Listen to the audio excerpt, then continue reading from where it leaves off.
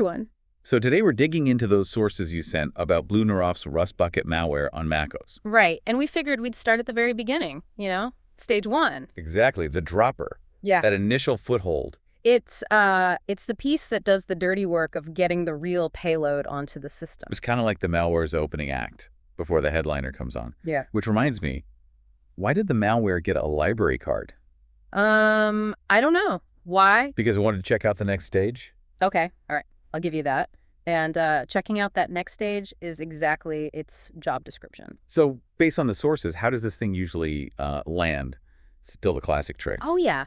Social engineering is key here. It typically comes packaged as like an application. Right. What kind of apps are we talking? Things that look legit. We saw names like internal PDF viewer.app in the reports, or hidden risk behind new surge of Bitcoin price.app. Playing on those venture capital or crypto interests? Makes sense. Huh. Totally. Stuff people in certain circles might actually click on. And even though it's an app, macOS Gatekeeper would still flag it, right? So the user has to explicitly allow it. Exactly. It relies on the user basically saying, yeah, okay, run this thing I downloaded. Once you do that, the dropper gets to work. Yep. Its main goal is pretty simple. Phone home to the command and control server, grab the next stage payload, and then kick it off. But it's not always the same method, is it? Right. The sources mentioned a couple of different ways they build this dropper. That's right. We saw at least 2 main flavors. One is pretty straightforward. It uses AppleScript. Like an actual .app file, but it's just an AppleScript applet inside. Yeah, exactly. Inside, you find main.scpt. And I bet it uses do shell script. That seems common. You got it. It runs shell commands, usually curl, to download the next part. Often it's a zip file, like 1.zip. And drops it somewhere user writable, user shared. That's the place mentioned, yeah.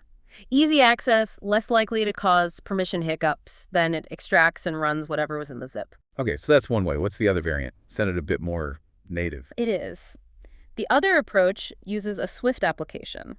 The sources mention one called Lesson 1, for example. So compiled code. Right. This Swift binary has functions like .post, probably using libcurl under the hood, to talk to the C2. And another function to handle the payload. Yeah, something like save and exec. It downloads the stage 2 payload and saves it.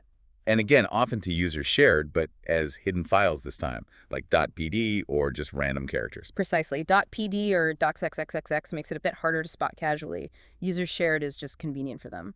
Now, you mentioned one of these Swift variants does a bit more right away. It doesn't just download and run. Yeah, that was interesting. One of the Swift droppers doesn't wait. It seems to try and set up persistence very early on. Really? Stage 1 persistence? Seems like it. The analysis showed function names like sim.install charchar, and it immediately starts grabbing system info. Like what? Basic stuff. Yeah, your macOS version with Sweavers, hardware info with SICKTool, running processes with PO, just basic recon, but happening right at the start. So whether it's the simple AppleScript or the slightly more involved Swift app, the core job is the same 3 steps. It needs to download, then extract or save, and then run. DER. Download, extract, save, run. That's a good way to think about it. That's the dropper's mission before it hands off control. And splitting it up like this, starting simple, it helps the attackers, right? Makes analysis trickier. Definitely. It gives them flexibility. Maybe they update stage 2 without changing the dropper. Plus, if you only find the dropper and the C2 is down or the next stage is gone, it's harder to know the full impact. These different droppers might even be like A/B tests. So for you, the listener, if you're doing analysis or maybe even red teaming, understanding the DER function is crucial. Absolutely. It tells you what to look for. If you suspect an AppleScript dropper, you're reaching for a SAID compile. And for the Swift binaries, you need a disassembler like Hopper or Ghidra to poke around and see how it's fetching that next stage. Right, and always, watch your processes and network connections. See if curl or libcurl suddenly fires up and tries to download something. Because this stage 1, this DER stage, it's really just the entry point. The really nasty stuff is likely coming next. Exactly. The sources mention stage 2 often being Objective-C or Swift, and stage 3 involves Rust. That's where the more complex logic, C2 comms, and maybe more robust persistence, like launch agents, would live.